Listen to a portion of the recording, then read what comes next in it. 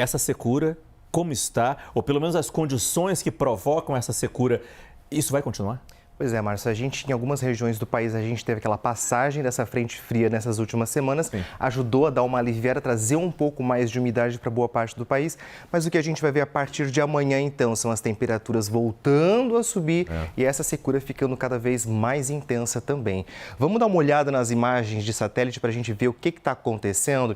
Veja aqui, ó, grande parte do país, então, praticamente não tem nuvens carregadas sobre o país neste momento. A gente vê aqui alguma outra nebulosidade em algumas regiões, mas nesse momento, essa condição que a gente está vendo aqui, ela acaba sendo extremamente favorável para a intensificação da seca e também do aumento das temperaturas. E o que a gente pode ver já a partir de amanhã também é o retorno daquele corredor de fumaça que a gente via se espalhando desde o norte até o sul do país por causa da questão das queimadas.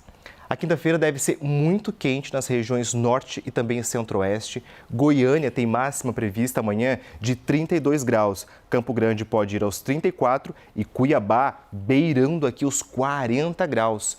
Muito calor também em Manaus, com máxima prevista de 32 graus. Palmas podendo chegar aos 35 graus. Rio Branco e Porto Velho indo amanhã aos 37. Grande parte do país fica numa condição de baixa umidade relativa do ar. Áreas, principalmente entre o sul de Mato Grosso até o interior de São Paulo, também podem entrar em emergência com o nível de umidade ficando abaixo dos 12%. E esse aqui é um nível extremo que só potencializa o cenário de queimadas e piorando, inclusive, a questão das condições de saúde. A gente sempre lembra, né? O recomendável pela Organização Mundial da Saúde é que a umidade fique sempre assim acima dos 60%. Você que mora no centro-sul já deve ter sentido que o frio diminuiu, né? Aquela massa de ar polar que derrubou as temperaturas perdeu força e agora o que a gente vai ver é uma volta do calor dia após dia. De qualquer forma, as manhãs continuam ainda geladas durante essa semana. Curitiba deve ser a capital mais fria amanhã, com mínima prevista de apenas 8 graus. Aí Porto Alegre e São Paulo têm mínima prevista de 11, Florianópolis um pouquinho mais, 12 graus. À tarde sobe bastante, principalmente em Curitiba e também em São Paulo, inclusive com uma amplitude térmica bastante alta de 16, 15 graus também, Márcio. Possibilidade de chuva em algum lugar?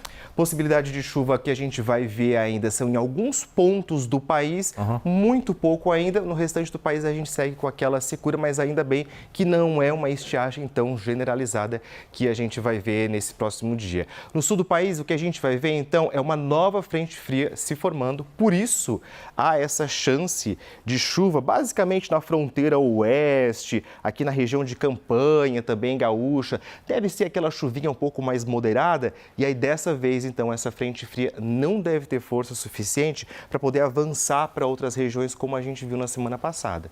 Também a chance de pancadas isoladas ao longo do dia entre o Amazonas e também o litoral do Maranhão e também nessa região aqui do litoral do Rio Grande do Norte até o sul da Bahia. Inclusive, Salvador é a única capital que deve ter um grande volume de chuva nesses próximos dias. Estão sendo esperados volumes basicamente aqui ó, de 25, 30 milímetros amanhã e sexta-feira. Aí no fim de semana já chove ainda, mas chove um pouco menos. E as temperaturas, veja, elas se mantêm praticamente estáveis nesses próximos dias na capital baiana.